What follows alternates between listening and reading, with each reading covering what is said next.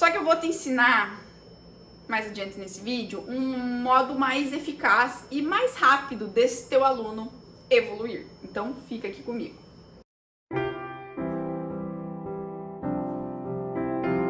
E aí, profissa, para quem não me conhece, eu sou Giovana Minikovski, profissional da educação física especializada em dança, treinamento e biomecânica.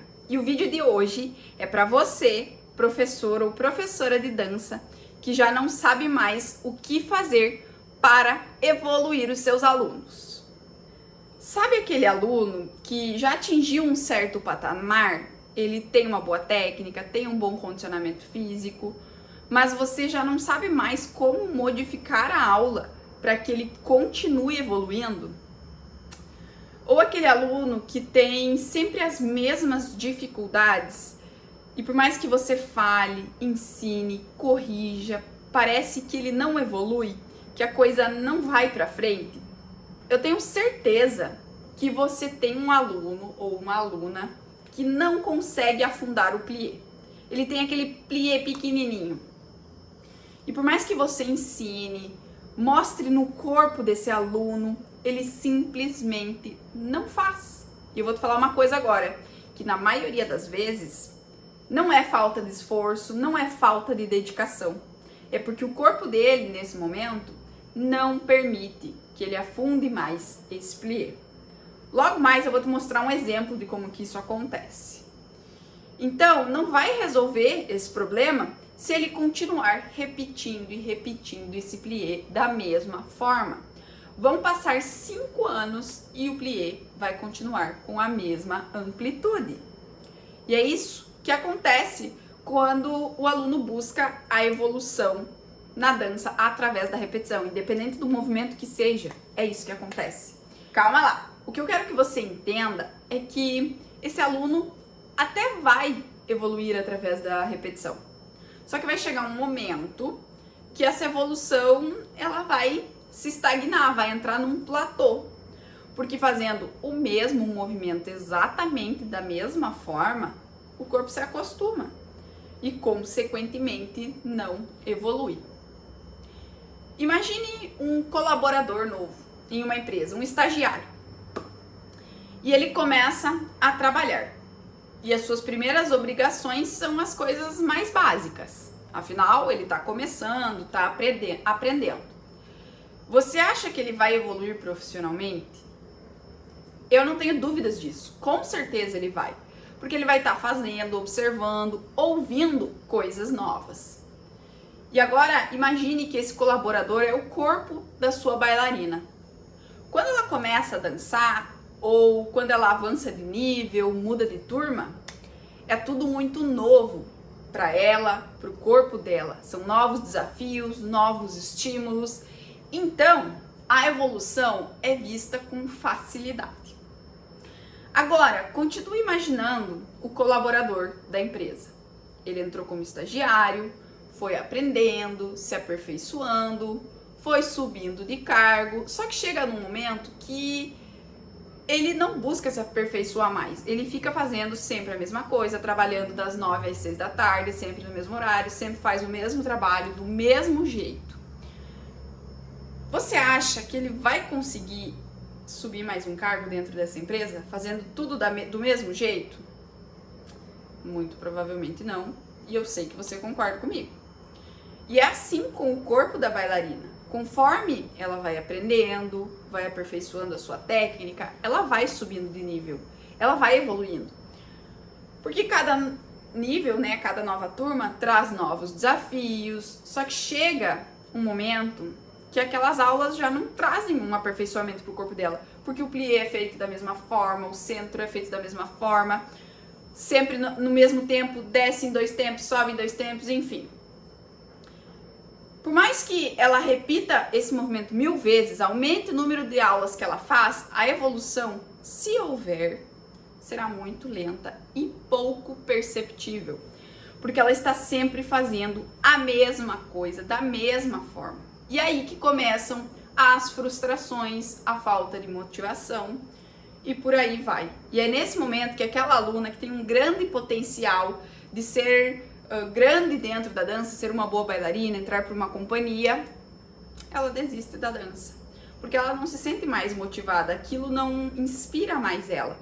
Claro, ela tá sempre fazendo a mesma coisa, não vê evolução no corpo dela, ela faz 2, 3 piruetas há 5 anos já e não consegue evoluir disso, ou o salto dela, pensa num grande GT, ela zera ele, mas nunca consegue ultrapassar isso, então para ela aquilo ali já é uma coisa habitual, é algo normal, então ela não se sente desafiada. E aí acontece, ou troca de escola, ou acaba desistindo da dança. E eu sei que você, professor de dança, não quer isso, nenhuma nem outra opção. Você quer que esse aluno continue com você, porque se esse aluno ele tem um grande potencial, ele vai para um festival, se destaca como bailarino, o que as pessoas procuram? Quem que é o professor desse bailarino? Qual escola esse bailarino dança?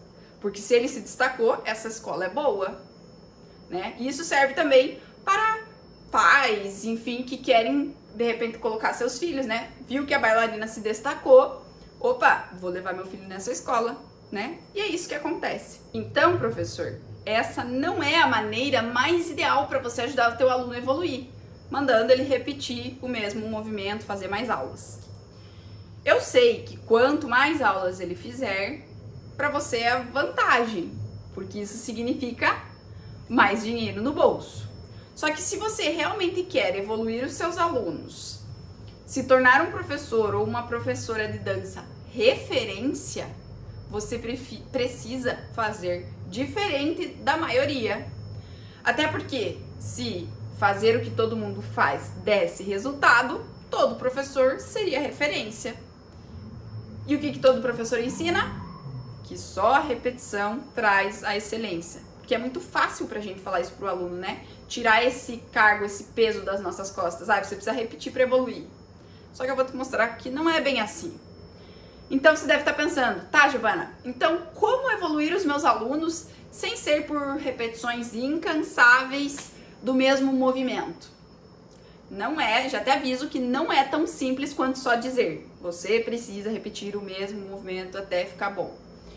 É uma jornada.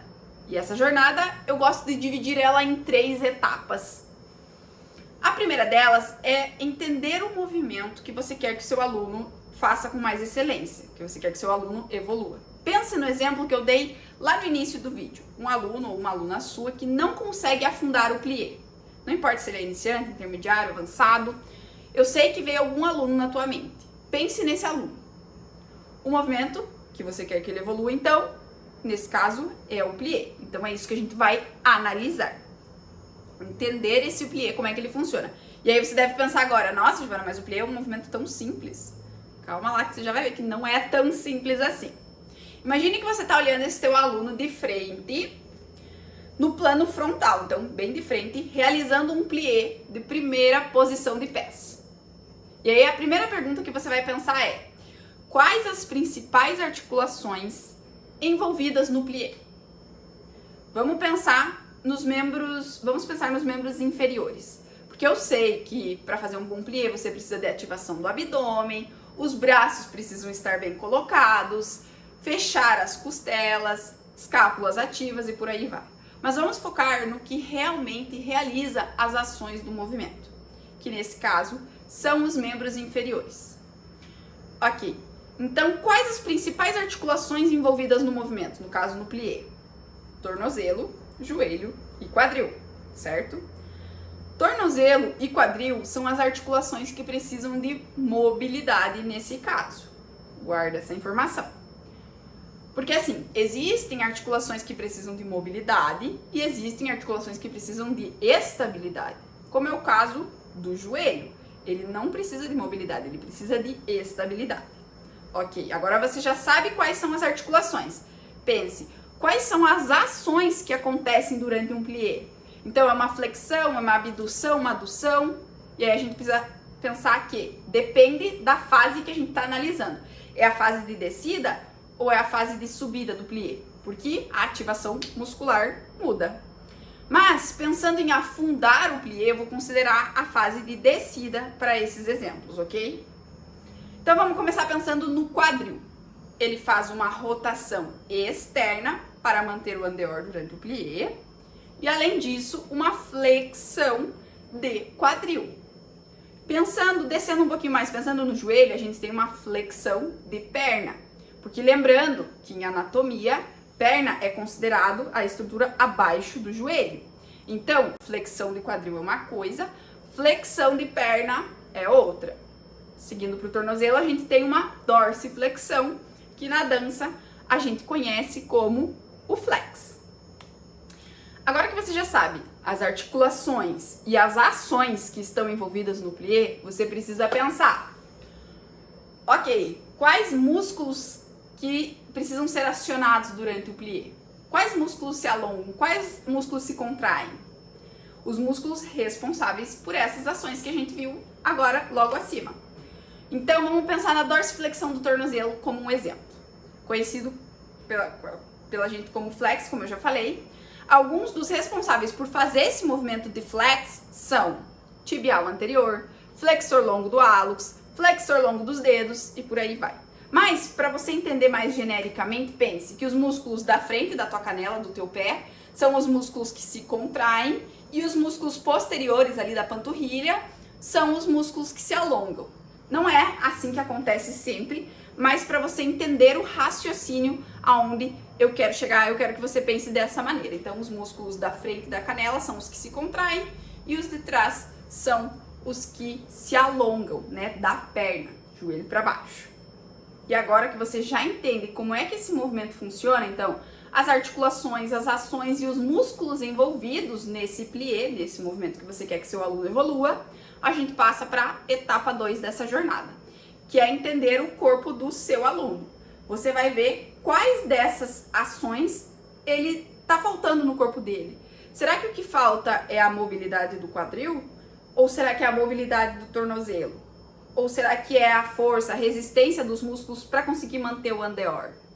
Então, é isso que você vai analisar nessa segunda etapa. E para isso, existem testes específicos para cada coisa que você quer analisar. Então, se lá na primeira etapa você já sabe que uma das coisas que influenciam no plié é a mobilidade do tornozelo, você vai avaliar a mobilidade do tornozelo nessa segunda etapa. E existe um teste específico para isso.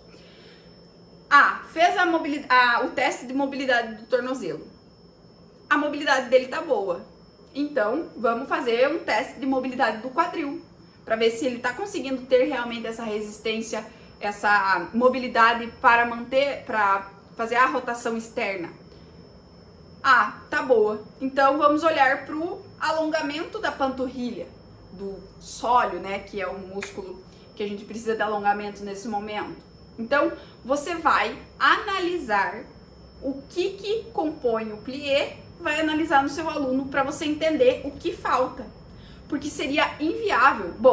Então eu vou trabalhar tudo que precisa um bom plié.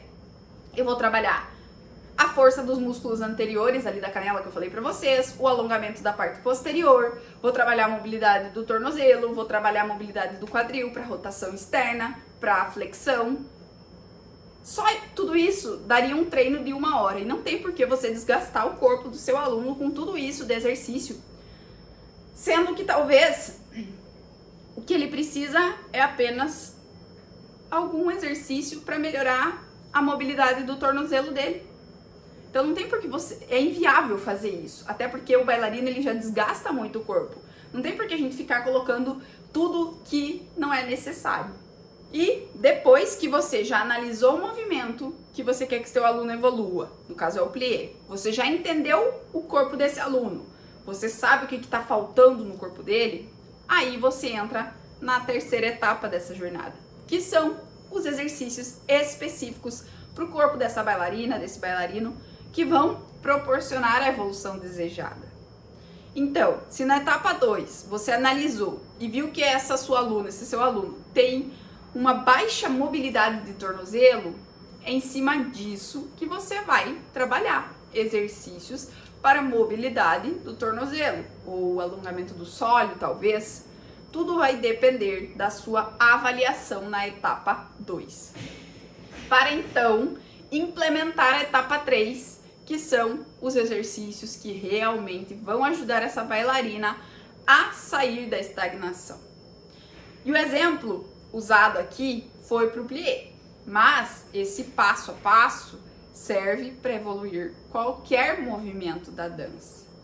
Só que essa jornada, ela exige dedicação, tanto sua como do seu aluno. Ambos precisam fazer a sua parte para chegarem nos resultados. Então, a sua parte é entender como é que o movimento funciona, avaliar esse aluno para saber o que está faltando no corpo dele e orientar o que precisa ser feito. E a parte do aluno é realmente fazer aquilo que precisa ser feito. Então, é uma evolução de mão dupla. Porque é muito simples falar para o teu aluno, você precisa ficar repetindo o movimento. É muito fácil. A gente não precisa de um conhecimento muito profundo para falar isso para um aluno, né? Então, agora eu vou te mostrar, nessa segunda parte do vídeo, exercícios, movimentos que vão ajudar, de repente, esse teu aluno a melhorar de acordo com aquilo que foi encontrado que ele precisa. Então, vem comigo. E agora eu vou te mostrar alguns exemplos de exercícios que você pode realizar com os teus alunos de acordo com aquilo que você encontrou que ele precisa. Então, primeiro exemplo. Se você detectou que esse aluno está com uma mobilidade de tornozelo baixa, um exercício que eu gosto bastante e que ajuda nisso é o exercício que coloca uma perna na frente, a outra atrás e o foco é ganhar mobilidade na perna que está atrás. Quais são os cuidados nesse exercício que você precisa repassar para o seu aluno? Primeiro deles, o pé precisa estar bem paralelo, porque o que acontece? A tendência é que o bailarino já tem esse pé meio que abduzido, né? Então, os pés levemente para fora. Então, ele não pode fazer isso aqui, ó, ir com o joelho para frente e o pé estar voltado para fora. Então, esse é o primeiro cuidado. Segundo cuidado, o calcanhar não pode sair do chão, porque senão eu não vou trabalhar a mobilidade do meu tornozelo, né? Então, além disso, manter o arco plantar bem fixo no chão, né? Ele não pode deixar esse pé cair para dentro, que isso também é uma coisa muito comum que eu observo que bailarinos fazem quando eu passo esse exercício. Então, esses são 3 cuidados para você tomar quando você passar esse exercício para o teu aluno, tá? E esse é um exercício que vai ajudar ele a melhorar a mobilidade do tornozelo, caso seja isso que esteja faltando para ele. Agora, pensando em mobilidade para rotação externa de quadril, vou te mostrar um exercício para isso. Você vai pedir para o seu aluno sentar no chão, sentir bem os isquios, que são os ossinhos que quando a gente senta no chão, a gente consegue sentir eles. Posicionar as pernas flexionadas, paralelas.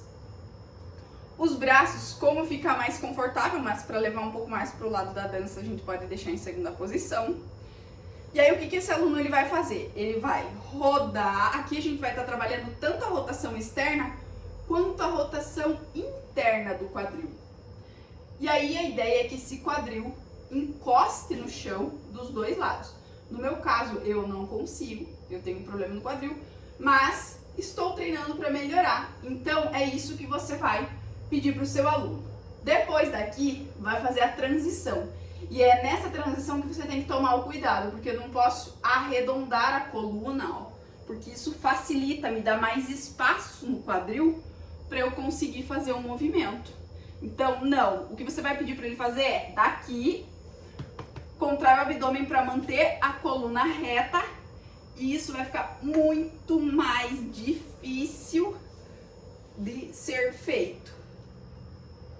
E esse, então, portanto, é um exercício que trabalha a mobilidade do quadril, tanto para a rotação externa quanto para a rotação interna de quadril. Então, a gente já te dei um exemplo de mobilidade do tornozelo, rotação de quadril. Pode ser que esse teu aluno, ele tenha uma boa mobilidade no quadril, tanto para flexão quanto para rotação, que ele tem uma boa mobilidade de tornozelo. Então, na verdade, o que está faltando para ele conseguir essa resistência dos músculos ou a força para manter o andeor. Vamos pensar nisso. Força para manter o andeor. Ele não consegue manter o andeor por muito tempo. Então, o que eu vou fazer para esse bailarino, para esse aluno? Vou trabalhar a força, a resistência dos músculos que fazem essa rotação lateral. Um exercício que eu gosto muito é conhecido como ostra, ou eu apelidei para o mundo da dança como borboletinha em decúbito lateral, ou borboletinha lateral, que é feito da seguinte forma. Para atingir os músculos que a gente quer, esse aluno vai deitar, tá? O ideal é que ele não fique assim, ó, porque isso entorta a coluna, tá? Então, se ele for fazer com o quadril no chão, que é o exemplo que eu vou mostrar aqui para vocês, o ideal é que ele ou estique o braço lá para cima para apoiar a cabeça, ou dobre para que a coluna fique alinhada. Quanto aos membros inferiores, essa perna não pode estar aqui, ó, na linha do quadril, o joelho e o quadril na mesma linha.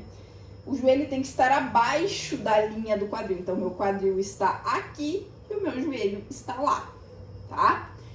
Quanto à distância dos pés, mais ou menos 90 graus na articulação do joelho. Então, não muito aberto e nem muito fechado. Mais ou menos 90 graus. E aí, você vai pedir para esse aluno fazer a borboletinha. Um cuidado muito importante que você precisa tomar é isso aqui, ó.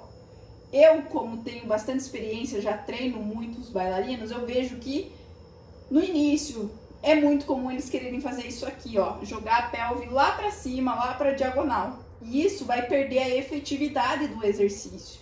Então, ó, ensina ele a contrair o abdômen e a fazer esse movimento pensando lá nos músculos que fazem essa rotação externa. Se esse exercício for muito fácil, você pode dificultar colocando um elástico, uma mini band acima dos joelhos, porque vai dar uma resistência para o exercício e vai deixar ele mais difícil para o aluno, né? Porque o bailarino ou a bailarina, se ele já tem um certo nível, ele já tem uma certa força nesses músculos, afinal a gente utiliza muito eles. Mas para que eu consiga evoluir ainda mais, que é o objetivo desse vídeo, eu preciso que ele tenha outros estímulos. Então, talvez fazer esse exercício dessa maneira não ajude tanto ele. Então, você precisa acrescentar a resistência, que nesse caso é a mini band. E aí vai depender da força dele, para ver se você vai acrescentar uma mini band leve, moderada, forte. E aí ainda a gente consegue deixar esse exercício mais difícil conforme a gente vai alterando a biomecânica dele. Então tem como a gente dificultar, mas isso é assunto para os próximos vídeos. Se você gostou desse vídeo, deixe um comentário aqui para eu saber, porque é através desses comentários, das curtidas que vocês deixam nos meus vídeos, que eu sei qual assunto vocês mais gostam, o que vocês realmente querem que eu traga aqui nesse canal. Tá bom, profissa? Então, se você gostou, deixa o like, se inscreve no canal se você ainda não é inscrito e te vejo no próximo vídeo.